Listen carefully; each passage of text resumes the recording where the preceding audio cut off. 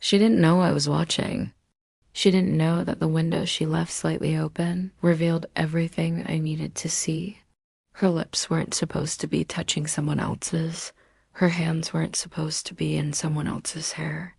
And I wasn't supposed to be standing there, breaking into pieces without a sound. But I was. And that visit's when I knew my marriage was over long before I ever walked out the door that night. My name is Ethan Brooks. I used to be the kind of man who believed that love, when promised, lasted forever. My wife, Emily, and I were high school sweethearts from the start. She had the kind of smile that could stop anyone in their tracks, and for a long time, she chose me. She said I was her safe place, her anchor. But somewhere along the way, I guess something in both of us shifted, and I never saw it coming. The night I found out, the house was quiet. There was supposed to be a date that night. Dinner, a movie, the whole thing. But she said she was working late.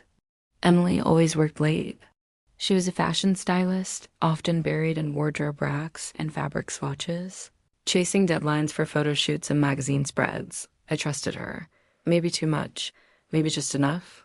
But when I drove by the studio that night just to surprise her with her favorite iced latte, I saw her car parked outside. The lights inside were dim. I went to the back entrance, the one she always used, and that's when I heard it. A laugh I hadn't heard in years. Soft, flirty, not for me. I peeked through the small window in the hallway door. She wasn't alone. And the way she kissed him, like she'd never had any parts of herself left for me, I knew I couldn't. Fix what was already broken. I didn't confront her right away. I didn't break into a rage or force the truth out of her with shouting or blame. I just let myself feel it, every cut, every cold slap of betrayal. That night, I quietly packed a suitcase and left. No goodbye. No fight. Because I knew that even if she ended it with him, she'd already ended it with us. I filed for divorce. She didn't contest it. Our friends were shocked, our families more so, but no one knew the truth. I didn't drag her name through the mud, even though I could have. I just walked away and started over somewhere new. A small town 3 hours from where we built our life. I got a job at a local construction firm, helping design houses. It felt ground level, honest, something solid to rebuild myself on. A year passed, no contact, no messages, no closure. Just the silent acceptance that some stories don't end with neat resolutions or apologies. I rebuilt my life, one brick at a time. New apartment, new routine, new version of me worn down maybe, but standing. Then one night, it happened. I heard a soft knock at the door, and there she was, Emily. Her hair was shorter, her eyes were red, puffy. And when she spoke, her voice cracked in the same way mine used to when I told her I loved her. "Ethan," she whispered. I didn't invite her in right away. I could see the weight she was carrying like a storm behind her eyes. She told me between tears spilling like rain that the man she cheated with left her 2 months after I did. That she thought he was different, that he made her feel alive. That in chasing temporary thrill, she broke something permanent. She asked me if I hated her. I didn't know how to answer that. Hate? No, but forgiveness, that was different. I told her I didn't leave to punish her.